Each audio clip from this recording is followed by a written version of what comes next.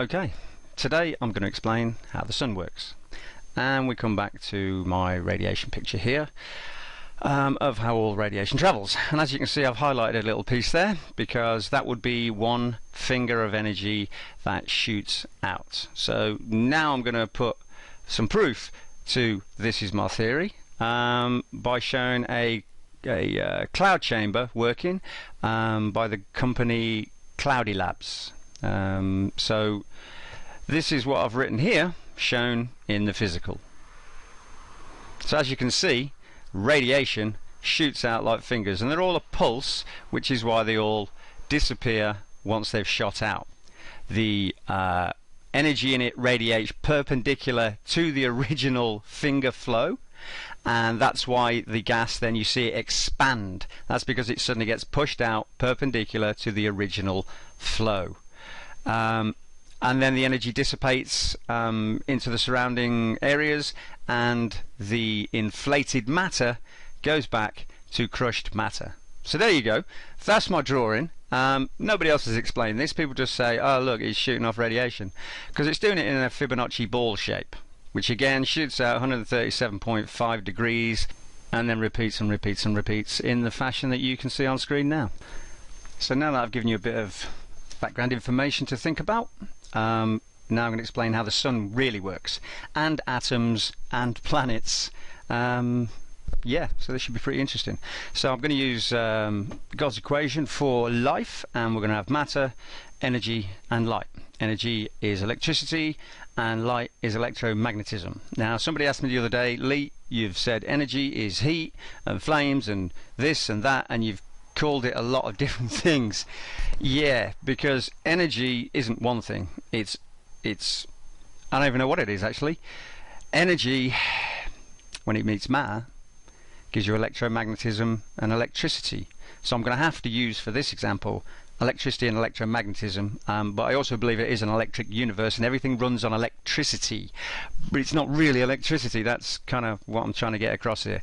But energy is all forms of anything that moves or is warm or gives off light. All has to do with energy and light because they're so intrinsically linked. That's why I've said this is a relationship. This is not an E equals MC squared pile of nonsense. This is three things that all have a relationship. It's a trinity. So we have matter, energy and light, which is matter, electricity and electromagnetism. So right in the center there I've got a picture of the sun. Now I've made it extremely simple so everybody can understand this. So you've got energy coming in through the top and going out the bottom, and also there's energy going in through the bottom and up through the top, because energy travels in a double helix, which means one's going up and one's going down, no matter how big an EM circuit you're on. This one is attached to a black hole somewhere. That's just how it works. Go see the Electric Universe, and their PhD guys will tell you exactly what I just told you. So matter plus energy equals electromagnetism. So at the heart of the sun we have a matter core. There's no denying it. There's something in there. Energy goes through it. Electricity. Now when electricity meets matter, it takes a perpendicular twist and becomes electromagnetism. The matter is now an electromagnet. Now if you look at the picture, we've got the matter core. The matter is moved by the electromagnetic field. That field is rotating in all those circles, and so the matter movement follows the shape of the electromagnetic field. We have a maximum orbit, which is the surface of the sun. This is as far as the electromagnetism can push the matter, because there's too much matter accumulated on the electromagnetism to give light. So inside the sun is dark, as can be seen by coronal holes. It's darker as you go in. The reason being is electromagnetism is pushing it.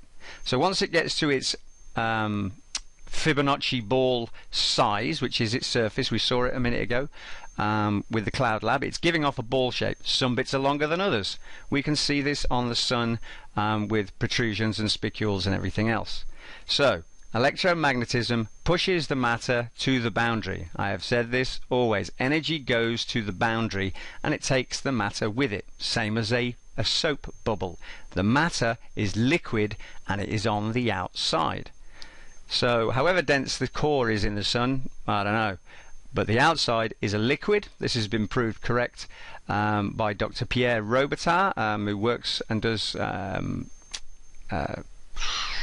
speeches, whatever it's called, for the Thunderbolts project, who are the electric universe. But Dr. Pierre Robitaille is separate, all on his own.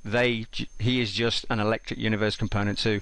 He has shown categorically that the sun's surface is a fluid. So electromagnetism pushes it straight out to the boundary. As I've shown before on several other videos, when you get an electromagnetic bubble, there is a vortex that holds it up.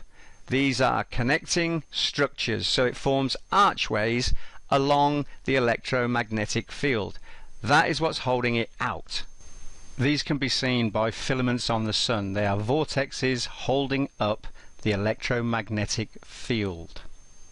So these fingers, as you can see there on the Cloud Lab, they shoot straight out until they reach the surface, and then they erupt as spicules, because once the electromagnetism has pushed as much matter it can to the outside, it's thicker at the core, going to thinner, like a pine tree. That's what this is. This looks like. It's a vortex going upwards until it bursts out on the surface as electricity and ignites the surface. And then we go back to matter at the boundary, now has an EM field running through it and produces electricity, which ignites the surface area of the sun. Now on the surface of the sun, the electricity is now running through the matter, creating the magnetic field that you would see on the surface. So it's like a self-propagating. It says electromagnetism through matter creates electricity, and then the surrounding cloud matter, the electricity goes through the matter and creates electromagnetism. So the more matter you have and the more energy you have, the bigger the supporting structure you can have, and so you have the sun as it is. And those parts that are dark are areas that are not being lit correctly by the electrical field that is produced by the EM field through the matter. So yeah, if there's a voltage drop, the sun will go dark.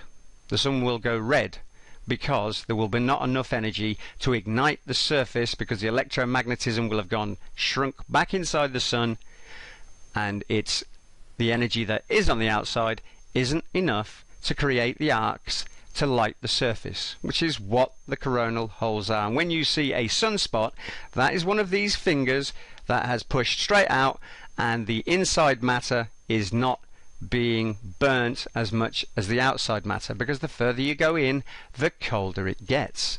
Or I'm not even sure you could call it cold. The further in you go, the more the energy is trapped inside the matter, and so can only produce electromagnetism in the middle of the core. It can't produce electricity in it till it gets further out, which is why a black hole is black. It is covered in carbon after we've suffered a voltage drop. It used to be a huge ginormous sun. It's not anymore. Now it has collapsed and is covered in matter, carbon matter, because it's a hydrocarbon, and that is why they saw electricity shoot across a black hole a couple of months back. Go just write that into Google and it will bring up a news story.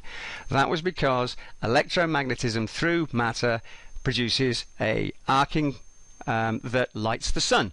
But if it's covered in carbon, it will never light itself again. So electromagnetism plus matter produces electricity, and that is why we saw an electric lightning bolt shoot across a black hole.